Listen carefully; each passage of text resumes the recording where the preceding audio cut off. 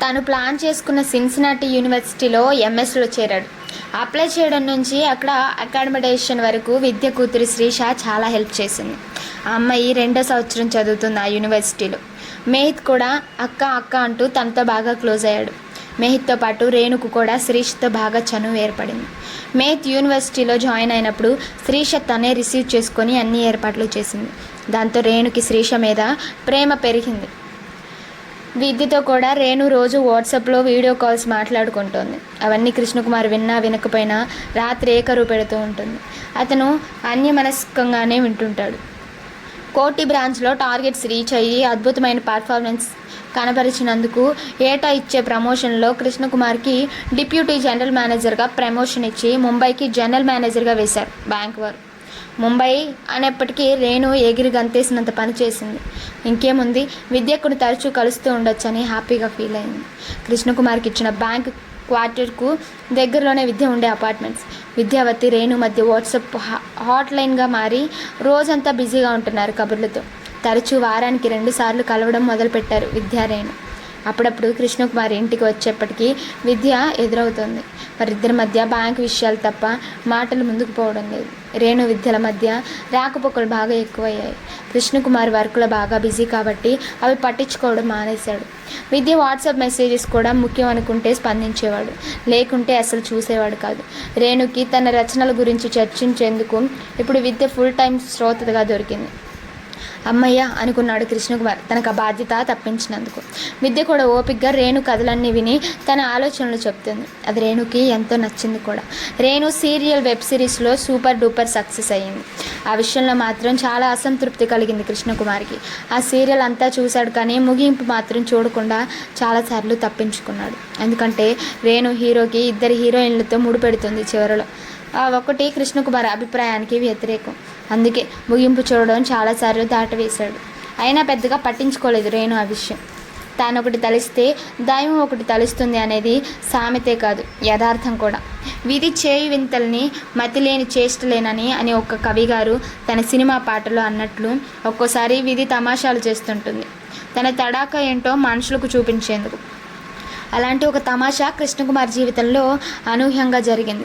అతని జీవితాన్నే మలుపు తిప్పింది. కాలం మౌనంగా తన పని తను చేసుకుపోతున్న తరుణంలో ఓ రోజు రేణు ఫోన్ చేసి కృష్ణకుమార్ని ఇంటికి త్వరగా రమ్మని చెప్పింది.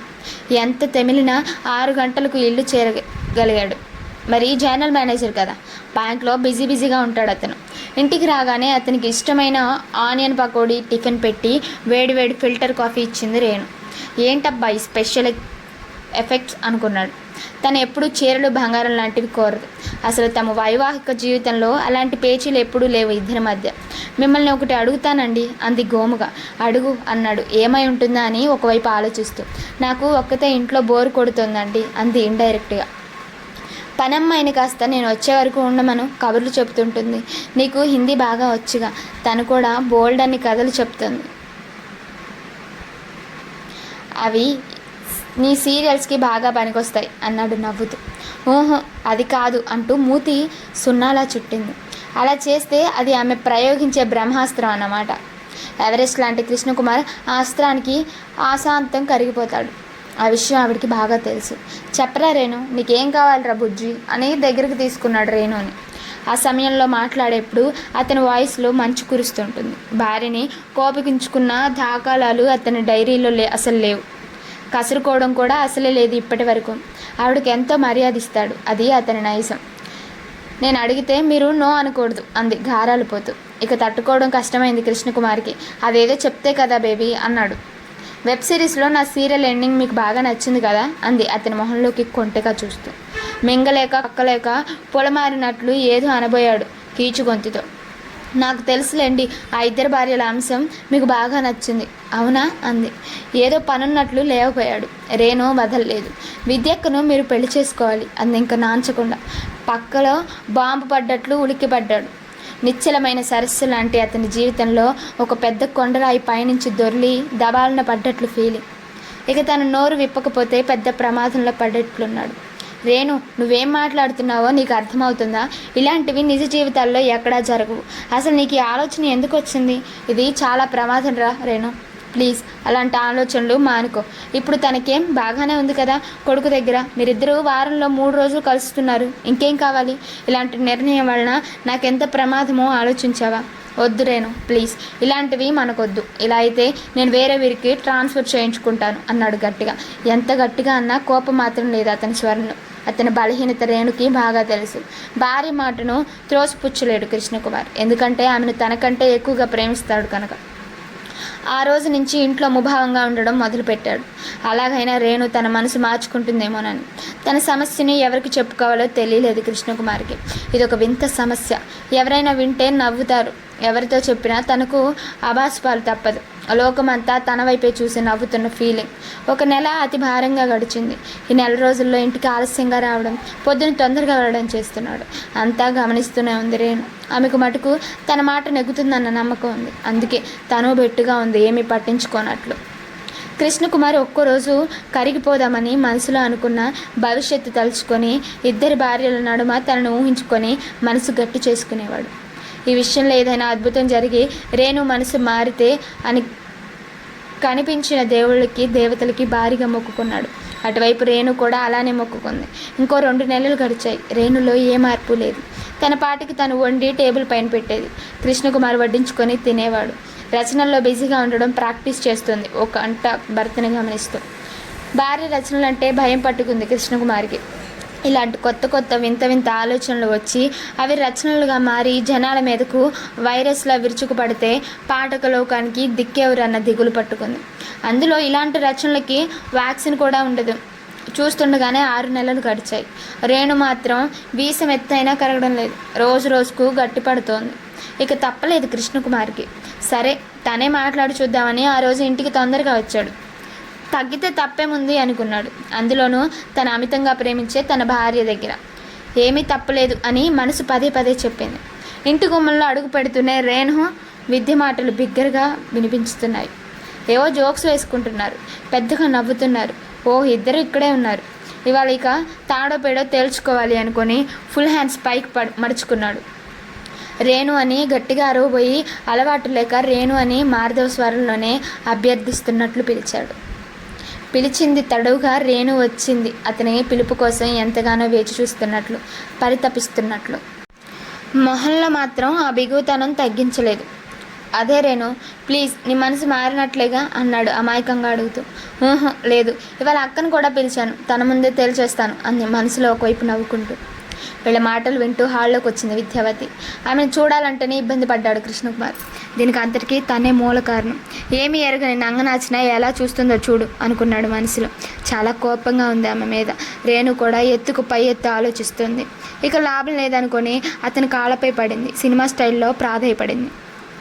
నేను మన వివాహ జీవితంలో ఈ ఒక్క కోరికే కాదండి కోరింది, అది కూడా మీరు తీర్చుకుంటే ఎలా అంది ముక్కు గట్టిగా చీదుతూ. అయోమయంలో పడ్డాడు కృష్ణకుమార్. ఎందుకు తనకే ఇలా ఇంత పెద్ద సమస్య? దీన్ని ఎలా ఎదుర్కోవడం? తప్పించుకు తిరిగే కంటే ధైర్యంగా ఎదుర్కొని మాట్లాడటం మేలు అనుకున్నాడు. ధైర్యాన్ని కూడగట్టుకున్నాడు. ఇద్దరిని కూర్చోమన్నాడు. విద్యావతి వైపు సూటుగా చూస్తూ భయపెడుతున్నట్లు మొహం పెట్టి, నన్ను పెళ్లి చేసుకోవడం నీకు ఇష్టమేనా అని అడిగాడు. కనుబొమ్మలు పైకెత్తి విలన్లా చూడాలనుకున్నాడు, కానీ అవి సహకరించలేదు. మనసులో ఇష్టం లేదని చెప్పాలని తన ఇష్టదేవతలందరినీ 6 రాగంలో ప్రార్థించాడు. కానీ అతని రాగంలో ఎక్కడో ఏదో లోపం వినిపించింది దేవతలకి. అతని అభిష్టానికి వ్యతిరేకంగా విద్యావతి చక్కగా తలుపింది. ఆమె వాళ్ళ జడలో మల్లెపూలు కూడా నవ్వుతూ పలకరించాయి. చాలా ఇష్టం అని నోటితో కూడా చెప్పింది. అదేదో చిన్నపిల్లలు పిప్పరమెంట్ అంటే చాలా ఇష్టం అని చెప్పినట్లు. భగవంతుడా, ఇక నాకేంటి దిక్కు అని దిక్కులు పిక్కటిల్లేలా మనసులోనే అరిచాడు. అంతులోనే అతని వేదన అరణ్య రోధన అయిపోయింది. అంతా అయిపోయింది. తను ఒంటరిగా మిగిలిపోయాడు. తన జీవన నావ ముక్కలైపోయింది అనుకున్నాడు. రేణు వారంలోనే తన బలాన్ని కూడగట్టుకుంది. సైన్యాన్ని మోహరించింది. ఒకవైపు రేణు పేరెంట్స్ చెప్పారు కృష్ణకుమార్కి విద్యావతిని పెళ్లి చేసుకోమని. కృష్ణకుమార్ పేరెంట్స్ నుంచి కూడా ఒత్తిడి వచ్చింది, చేసుకోరా అబ్బాయి రేణు చెప్పినట్లు అని. ఇక చిన్నపిల్లలు మేహత్, శ్రీకాంత్, శ్రీషా వాళ్ళకు వచ్చిన భాషలో వాళ్ళు చెప్పారు. లోకమంతా ఒకవైపు, తానొక్కడే ఇంకో వైపు ఉన్నట్లు ఫీల్ అయ్యాడు. మరీ సాగదీస్తే రేణు తన మీద ఇంకో నవల రాసి పాఠక లోకాన్ని కూడా తనకి సపోర్ట్ చేసుకునేట్లుంది. అన్ని విధాలా ఆలోచించాడు. ఇప్పటికిప్పుడు మాయమై సన్యాసం తీసుకొని కనిపించకుండా హిమాలయాలకి వెళ్ళిపోతే అన్న ఆలోచన కూడా వచ్చింది. అమ్మో తల్లి లాంటి నా బ్యాంకును వదిలి వెళ్ళకపోవడమే. ఆలోచన భరించలేకపోయాడు. తన బ్యాంకుకు చేయాల్సింది ఎంతో ఉంది. తల్లి రుణం తీర్చుకోకుండా ఎక్కడికి వెళ్ళకూడదని నిశ్చయించుకున్నాడు. ఏదైతే అది అవుతుంది. ఇప్పటివరకు జీవితంలో మంచి జరిగింది, ఇక ముందు కూడా అలానే జరుగుతుందిలే అన్న నమ్మకం తనకుంది. రేణు పట్టుబట్టినట్టు రేపు విద్యతో తన పెళ్లి జరిగితే అన్న ఆలోచన అతన్ని ప్రశాంతంగా నిద్రపోనీయడం లేదు. దీంతో కృష్ణకుమార్ మనసుకు తగిలిన గాయాలు తీవ్రం కావడంతో ఒక వారం సెలవు పెట్టి తన రూమ్కి పరిమితమయ్యాడు. ఎప్పుడు ట్రిమ్గా ఉండే అతను గడ్డాలు పెంచేశాడు గుర్తుపట్టలేనట్లుగా. ఇలా ఎంతకాలం, ఏమైతే అది అయింది అని తెగించి ఒక నిర్ణయానికి వచ్చేశాడు. రేణుని పిలిచి చెప్పేశాడు, ఇక నీ ఇష్టం అంటూ. కండిషన్ ఏంటంటే పెళ్ళి ఎవరికి తెలియకుండా, తన పరువు పోకుండా సీదా సాదాగా జనం అంతగా రాని గుడిలో జరగాలని నివేదించుకున్నాడు. ఇలాంటి పెళ్ళి ఈ వయసులో జనం చూస్తే ఎంత తలవంపు తనకు అనుకున్నాడు. విద్యతో పెళ్లికి కృష్ణకుమార్ గ్రీన్ సిగ్నల్ ఇవ్వడంతో యురేకా అని ఎగిరి గంతేసింది రేణు. అనుకున్నదే తడువు పంతులు గారికి కబురు పెట్టింది. భర్త విద్యా నక్షత్రాలు చూసి మంచి పెళ్లి ముహూర్తం పెట్టమని అడిగింది. పంతులు గారు అనుమానంగా ఇద్దరి వయసు అడిగాడు. రేణుకు చెప్పిన వయసు వివరాలు విని మనసులో పెద్దగా నవ్వుకొని, ఇంత పెద్దవారికి జాతకాలు నక్షత్రాలు ఎందుకమ్మా, అందులోని ఇద్దరికి రెండో పెళ్ళే, ఏ పట్టింపులు అవసరం లేదు అంటూ వచ్చే వారం దివ్యమైన ముహూర్తం ఉంది, చక్కగా ఇద్దరికి పెళ్లి చేసేయండి అని చెప్పాడు.